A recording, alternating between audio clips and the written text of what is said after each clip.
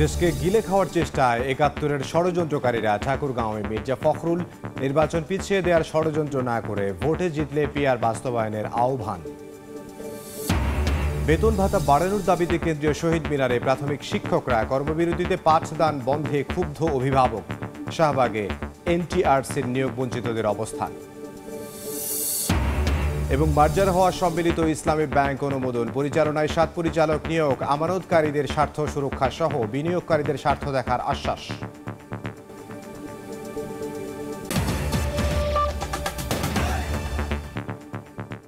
সময় সংবাদের সঙ্গে আছে আমি ইমদাদুল হক। নির্বাচন পিছিয়ে দেওয়ার চেষ্টা করছে একটি চক্র, এমন অভিযোগ করে বিএনপি মহাসচিব মির্জা ফখরুল ইসলাম আলমগীর বলেন, দেশকে গিলে খাওয়ার চেষ্টা করছে ৭১-এর ষড়যন্ত্রকারীরা। ঠাকুরগাঁওয়ে নিজ নির্বাচনী এলাকায় তিনি আরও বলেন, ওপরতলার কিছু শিক্ষিত লোক যুক্তরাষ্ট্র থেকে এসে ঘাড়ের উপর গণভোট ও সনদ চাপিয়ে দিচ্ছে। তবে কোন কোন বিষয়ে সংস্কার হবে তা ঠিক করবে আগামী সংসদ। ভোটে জিতে এসে আন্দোলনকারী দলগুলোকে পিআর বাস্তবায়নের আহ্বান জানান মির্জা ফখরুল। দেশে বইছে নির্বাচনী হাওয়া। প্রার্থী ঘোষণার পর গণসংযোগে মাঠে ময়দানে ছুটছেন বিএনপির মনোনীতরা। ঠাকুরগাঁয়ে নিজ নির্বাচনী এলাকায় একের পর এক কর্মসূচিতে যোগ দিচ্ছেন দলটির মহাসচিব মির্জা ফখরুল ইসলাম আলমগীর। সোমবার সকালে মুক্তিযোদ্ধা কমপ্লেক্সে মুক্তিযোদ্ধা ও তাদের সন্তানদের সঙ্গে মতবিনিময় করেন বিএনপির মহাসচিব মির্জা ফখরুল। বলেন, নির্বাচন পিছিয়ে দেওয়ার ষড়যন্ত্র করে দেশকে আজ গিলে খাওয়ার চেষ্টা করছে ৭১-এর ষড়যন্ত্রকারীরা। আজকে যে চক্রান্ত ষড়যন্ত্র চলছে, নির্বাচনকে বানচাল করে দেওয়ার, নির্বাচনকে পিছিয়ে দেওয়ার, সেই নির্বাচনকে পিছিয়ে দেওয়া মানে আমাদের সর্বনাশ হওয়া, এই দেশের সর্বনাশ হওয়া। আজকে একটা চেষ্টা করা হচ্ছে মুক্তিযুদ্ধটা ভুলাই দিবার টানে। ৭১ জন হয় নাই, আমরা কিছুই করি নাই, দেশটার জন্য আমরা কোনো অবদানই রাখি নাই, ঠিক না? এলাকায় ২৪ যারা করেছে তারাই সব করেছে, এদেরকে ধারণা দিচ্ছে না, ঠিক না?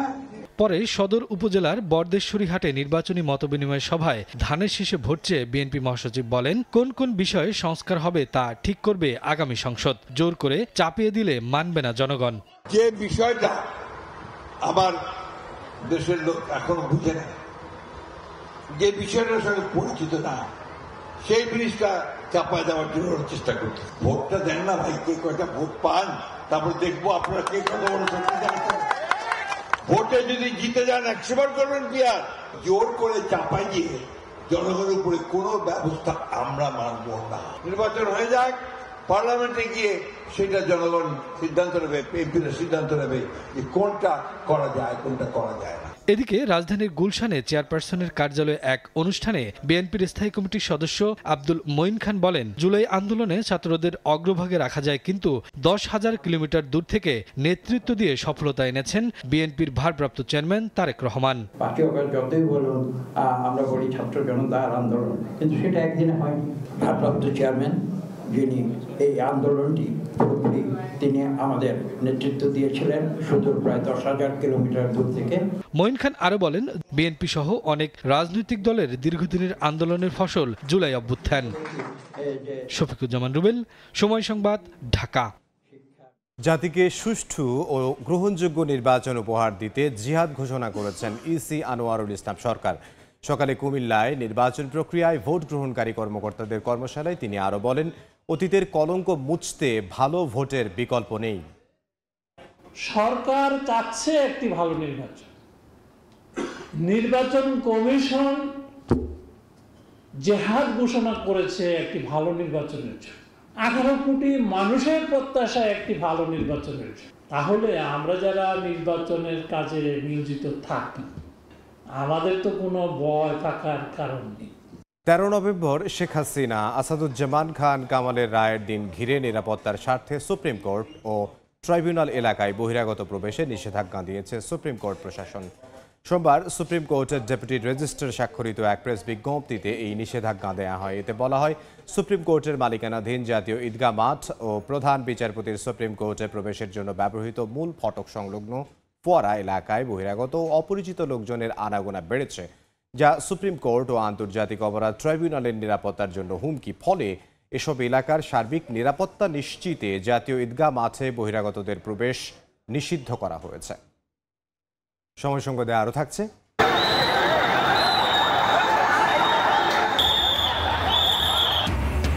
সাভারে চীনা মালিকানাধীন 4টি পোশাক কারখানা বন্ধ ঘোষণা, বকেয়া বেতনের দাবিতে শ্রমিকদের সড়ক অবরোধ, জল কামান দিয়ে পরিস্থিতি নিয়ন্ত্রণে। 10ম গ্রেডে উন্নীত করা সহ 3 দফা দাবি আদায়ে তৃতীয় দিনের মতো কেন্দ্রীয় শহীদ মিনারে অবস্থান কর্মসূচি পালন করছেন সরকারি প্রাথমিক বিদ্যালয়ের সহকারী শিক্ষকরা। পাশাপাশি চলছে সারা দেশে শিক্ষকদের কর্মবিরতি। বিকেলে অর্থ সচিবের সঙ্গে বৈঠকে বসবে শিক্ষকদের একটি প্রতিনিধি দল। এদিকে ক্লাসে এসেও শিক্ষকদের না পেয়ে ফিরে যেতে হয়েছে শিক্ষার্থীদের। সরকারি প্রাথমিকের সহকারী শিক্ষকদের স্লোগানে মুখরিত কেন্দ্রীয় শহীদ মিনার প্রাঙ্গণ। 10ম গ্রেডে উন্নীত করার দাবিতে সোমবার তৃতীয় দিনের মতো অবস্থান কর্মসূচি শুরু করেন শিক্ষকেরা। বিভিন্ন স্কুলের শিক্ষকেরা যোগ দেন কর্মসূচিতে। আন্দোলনকারীদের দাবি, তাদের মর্যাদা নিশ্চিতে যৌক্তিক দাবি মানতে হবে, না হলে আরো কঠোর কর্মসূচি দেওয়া হবে। এই বৈষম্য মেনে নেওয়ার মতো না, এই প্রশাসন আমরা মেনে নেব না। যতক্ষণ না পর্যন্ত আমাদের এই দাবি পূরণ না হচ্ছে ততক্ষণ পর্যন্ত আমরা এই শহীদ মিনারের এখানে অবস্থান করব। দাবি আদায় না হওয়া পর্যন্ত আমরা ঘরে ফিরছি না। 10ম গ্রেড আমাদের ন্যায্য অধিকার। সারা দেশের স্কুলগুলোতে অনির্দিষ্টকালের কর্মবিরতিতে পাঠদানে যে ক্ষতি হচ্ছে, পরবর্তীতে শুক্র শনিবার ক্লাস নিয়ে তা কাটিয়ে ওঠারও আশ্বাস দেন শিক্ষকরা। আমরা তো স্টুডেন্টদের বিরুদ্ধে না, সুতরাং আমরা চাই ক্লাসরুমে ফিরে যেতে। আমরা প্রশাসনকে জানাবো আপনারা দ্রুত আমাদের বিষয়টা একটু সমাধান করেন। আমাদের প্রশাসন এবং আমাদের কর্তৃপক্ষের চেয়েও শিক্ষার্থীদের প্রতি আমাদের মায়া মমতা সবচেয়ে বেশি। এদিকে সারা দেশে স্কুলে এলেও ক্লাস নেননি শিক্ষকেরা। শিক্ষকদের ক্লাসে না পেয়ে ফিরে গেছে শিক্ষার্থীরা। গতকালকে আইছিলাম, ক্লাস হয়নি, খেলে চলে গেছি। আজকেও আইছি, ক্লাস হচ্ছে না, খেলে চলে যাব। গতকাল থেকে আমাদের ক্লাস বিরতি আছে, ক্লাস নিচ্ছে না। আজও এই একই অবস্থা, ক্লাস বিরতি আছে। বিকেলে অর্থ সচিবের সঙ্গে বৈঠক করবে শিক্ষকদের একটি প্রতিনিধি দল। এদিকে নির্বাহী আদেশের মাধ্যমে নিয়োগের দাবিতে রাজধানীর শাহবাগে অবস্থান কর্মসূচি পালন করেন 1 থেকে 12তম নিবন্ধিত নিয়োগ বঞ্চিত শিক্ষকেরা। তাদের অভিযোগ, আশ্বাস পেয়েও নিয়োগ না পাওয়ায় এই লাগাতার অবস্থান। আয়েশা সিদ্দিক, সামিয়া, সময় সংবাদ, ঢাকা। 10ম গ্রেড সহ 3 দাবিতে দ্বিতীয় দিনের মতো প্রাথমিকের সহকারী শিক্ষকদের কর্মবিরতি চলছে। বন্ধ স্কুলের পাঠদান কার্যক্রম। দাবি আদায় না হওয়া পর্যন্ত আন্দোলন চালিয়ে যাওয়ার ঘোষণা শিক্ষকদের। এদিকে বার্ষিক পরীক্ষার আগে শিক্ষকদের কর্মবিরতিতে ক্ষুব্ধ অভিভাবকরা, এতে ক্ষতির মুখে শিক্ষার্থীরা। শ্রেণীকক্ষে বসে আছে শিক্ষার্থীরা, তবে চলছে না পাঠদান। কেউ গল্প করছে, আবার কেউ সময় কাটাচ্ছেন সহপাঠীদের সঙ্গে। চলমান কর্মবিরতির কারণে শ্রেণীকক্ষে আসছেন না শিক্ষকরা, এতে থমকে গেছে শিক্ষা কার্যক্রম। সোমবার দ্বিতীয় দিনের মতো রাজশাহীর সব সরকারি প্রাথমিক বিদ্যালয়ে পূর্ণ দিবস কর্মবিরতি পালন করছেন সহকারী শিক্ষকরা। তাদের অভিযোগ, দীর্ঘদিন ধরে বেতন ভাতা, পদোন্নতি ও সুযোগ সুবিধা থেকে বঞ্চিত হচ্ছেন। আমাদের দাবিগুলো আছে, আমরা বিনীত কর্তৃপক্ষকে অনুরোধ করব যে আমাদের দাবিগুলোর জন্য তারা মেনে নেয়। বরিশালে কর্মবিরতিতে নামেন সরকারি প্রাইমারি স্কুলের সহকারী শিক্ষকরা। 3 দফা দাবি না মানলে আন্দোলন চালিয়ে যাওয়ার ঘোষণা। সারা দেশের মতো চাঁদপুরের সহস্রাধিক প্রাথমিক বিদ্যালয়ে সহকারী শিক্ষকেরা কর্মবিরতি পালন করছেন। দাবি মেনে নিলে বন্ধের দিন পাঠদান কার্যক্রম চালিয়ে ক্ষতি পুষিয়ে নেওয়ার প্রতিশ্রুতি দেন তারা। আমাদের আন্দোলন চলবে, আমাদের কর্মবিরতি চলছে এবং চলবে। অভিভাবকরা বলছেন, দ্রুত সমস্যার সমাধান না হলে ক্ষতির মুখে পড়বে শিক্ষার্থী। আমরা তো বাচ্চা তো পড়ার ক্ষতি হচ্ছে, এখন কি করবো, কিছু করার তো নেই। আমরা ভাবলাম ক্লাস হবে, এখন ক্লাস হচ্ছে না, দেখি। রোববার রাতে আন্দোলন প্রত্যাহার করলেও আবারও কর্মবিরতি চালিয়ে যাওয়ার ঘোষণা দেন বিক্ষুব্ধ আন্দোলনকারীরা। তানজিল হাসনাত, সময় সংবাদ। 5 ইসলামী ব্যাংক মার্জারে সম্মিলিত ইসলামী ব্যাংক অনুমোদন দিয়েছে সরকার। ব্যাংকটি পরিচালনায় আর্থিক প্রতিষ্ঠান বিভাগের সচিব নাজমা মোবারককে চেয়ারম্যান করে 7 জন পরিচালক নিয়োগ দেওয়া হয়েছে। এদিকে আমানতকারীদের স্বার্থ সুরক্ষা সহ বিনিয়োগকারীদের স্বার্থ দেখা হবে, তবে তা যৌক্তিক ও বাজার ভিত্তিক হবে বলে জানান বাংলাদেশ ব্যাংকের মুখপাত্র। আর্থিক বাজারে সবচেয়ে বড় মূলধন নিয়ে আসা সম্মিলিত ইসলামী ব্যাংকের প্রাথমিক অনুমোদন দিয়েছে সরকার, আর তাতে অনাপত্তি জানিয়েছে বাংলাদেশ ব্যাংকের বোর্ডসভা। নতুন ব্যাংকে অন্তর্ভুক্তির মাধ্যমে নিজেদের স্বতন্ত্রতা হারাবে এক্সিম, ফার্স্ট সিকিউরিটি, সোশ্যাল ইসলামী ইউনিয়ন ও গ্লোবাল ইসলামী ব্যাংক। রোববার অর্থ মন্ত্রণালয়ের আর্থিক প্রতিষ্ঠান বিভাগ থেকে কেন্দ্রীয় ব্যাংকের কাছে লেটার অফ ইন্টেন্ট LOI ও লাইসেন্স চেয়ে আবেদনের পরিপ্রেক্ষিতে বিশেষ অনলাইন বোর্ড সভায় তা অনুমোদন করে বাংলাদেশ ব্যাংক। বাংলাদেশ ব্যাংকের মুখপাত্র জানান, আমানতকারীদের স্বাভাবিক হিসাব চলমান থাকবে। মেয়াদ পূর্ণ না হলে কোনো ডিপোজিট ভাঙার প্রয়োজন নেই বলেও পরামর্শ বাংলাদেশ ব্যাংকের। মালিকানা কীভাবে হবে, শেয়ার ডিস্ট্রিবিউশন কী হবে, সব হবে। ওগুলোর পরে ওই কোম্পানিটাকে তারা ব্যাংক কোম্পানি হিসেবে আবার ব্যাংক কোম্পানি আইনের অধীনে তারা বাংলাদেশ ব্যাংকের কাছে আবেদন করবে। বাংলাদেশ ব্যাংক তার প্রতিটি বিষয়ে খুঁটিনাটি দেখে তাদেরকে লাইসেন্স প্রদান করবে। ক্ষুদ্র বিনিয়োগকারীদের স্বার্থ সংরক্ষণ নিয়ে কি ভাবছে বাংলাদেশ ব্যাংক, এমন প্রশ্নের জবাবে মুখপাত্র জানান, ঢালাও নয়, তবে ক্ষতিপূরণ দেওয়া হতে পারে বাজার ভিত্তিক। উনি যখন কিনেছিল তখন দাম ছিল 2.5 টাকা। এখন যদি বলে যে আমি ফেস ভ্যালু 10 টাকা আছে, আমার 10 টাকাই দিতে হবে, সরকার যখন মানে জনগণের ট্যাক্সের টাকা জনগণেরই একটা গ্রুপের মধ্যে ক্ষতিপূরণ হিসেবে দিবে, তখন অবশ্যই সরকার চুলচেরা বিশ্লেষণ করে দিবে। এদিকে বড় অঙ্কের আমানতকারী ও প্রাতিষ্ঠানিক আমানত শেয়ারের জোরপূর্বক রূপান্তর হবে না বলেও জানান তিনি। সেলিয়া সুলতানা, সময় সংবাদ, ঢাকা। সময় সংবাদে আরও থাকছে। সিলেটে কাল শুরু বাংলাদেশ আয়ারল্যান্ড প্রথম টেস্ট। শান্তর নেতৃত্বে সাদা পোশাকের লড়াইয়ে ফিরছে টাইগার্স। মুশফিকের ১০০তম ম্যাচের সিরিজ উদযাপন করতে চায় লাল সবুজ।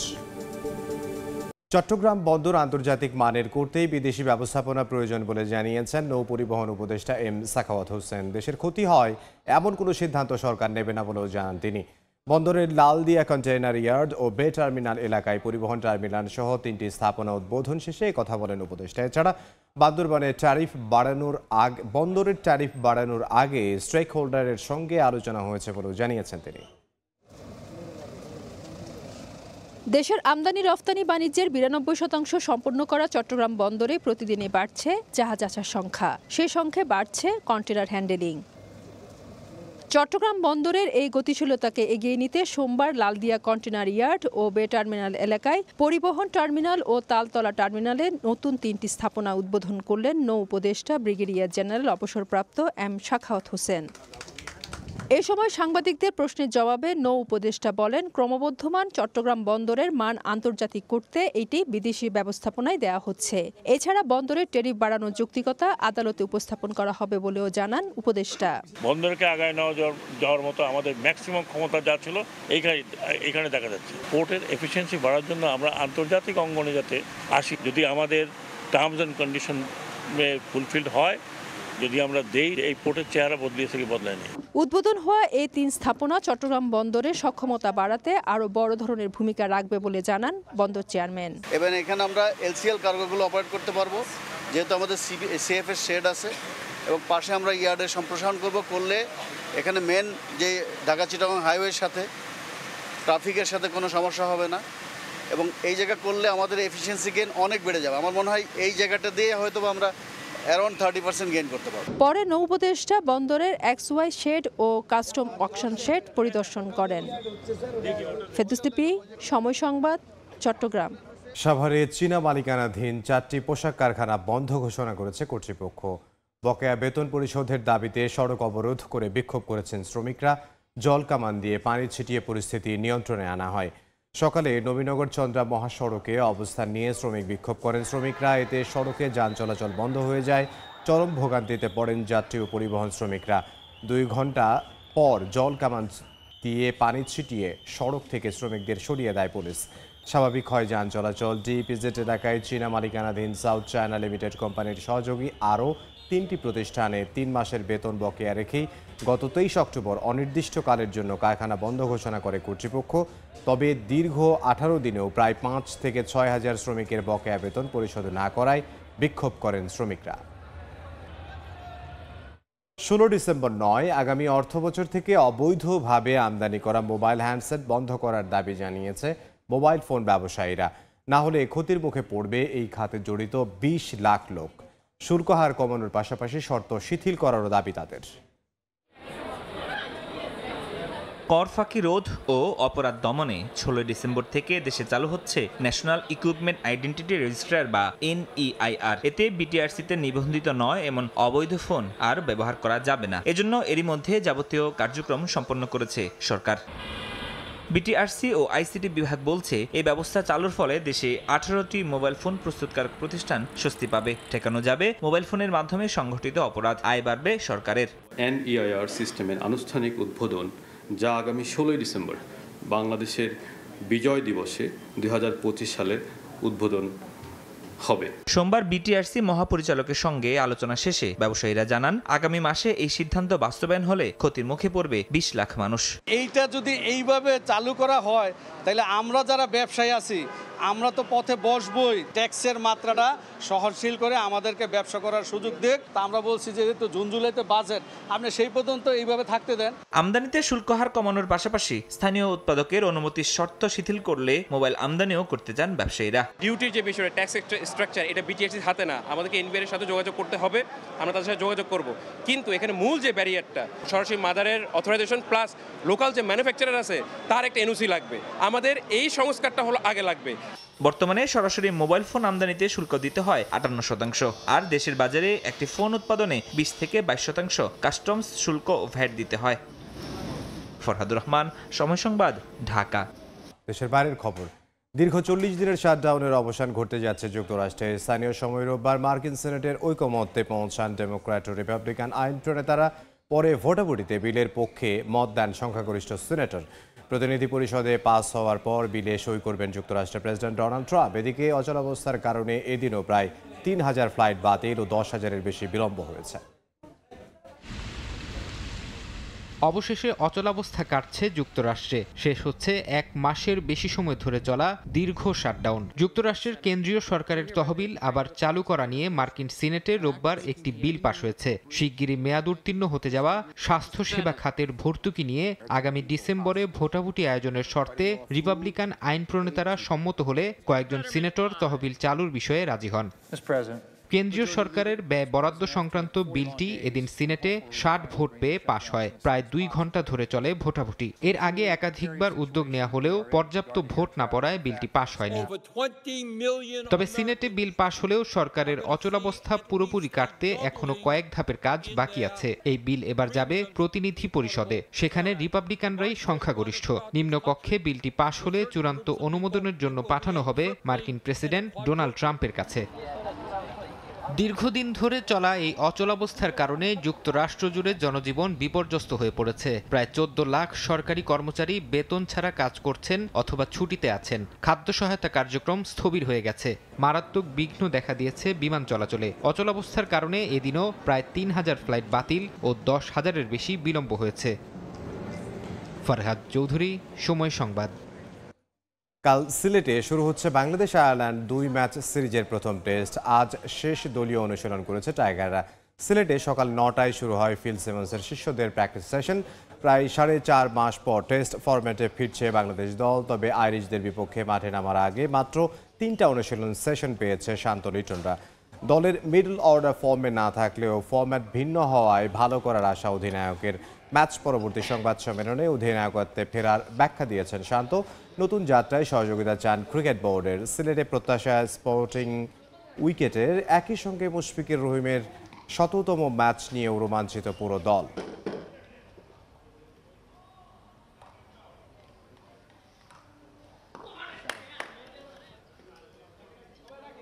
আমার কাছে মনে হচ্ছে আমি ইন্ডিভিজুয়াল নাজমুল হোসেন শান্তর থেকে বাংলাদেশ ক্রিকেট দলটা আগে রাখা উচিত। সো আমি দলটাকে আগে রেখে আমি আবার এই ডিসিশনে এসেছি। টেস্ট ক্রিকেটটা অবশ্যই আমরা সবসময় এক্সপিরিয়েন্সকে প্রায়োরিটি দিই।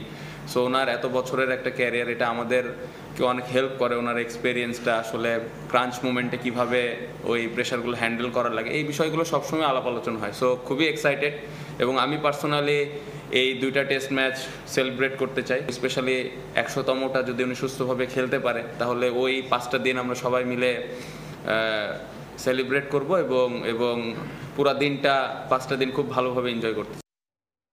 এ পর্যায়ে শীর্ষ সংবাদগুলো জানিয়ে দিচ্ছি আরও একবার। 71কে ভুলিয়ে দেশকে গিলে খেতে চায় মুক্তিযুদ্ধ বিরোধীরা। ষড়যন্ত্রে নির্বাচন পেছালো সর্বনাশ হবে দেশের। ঠাকুরগাঁওয়ে মির্জা ফখরুল সংস্কারের ফয়সালা সংসদে। এই ছিল বিকেল 3টার সময় সংবাদে। আন্তর্জাতিক সময়ের সঙ্গে থাকবেন সহকর্মী তোহা খান তামিম। ইমদাদ, আপনাকে ধন্যবাদ। আন্তর্জাতিক সময় নিয়ে আসছি কিছুক্ষণ পর, সঙ্গে থাকুন সময়ের।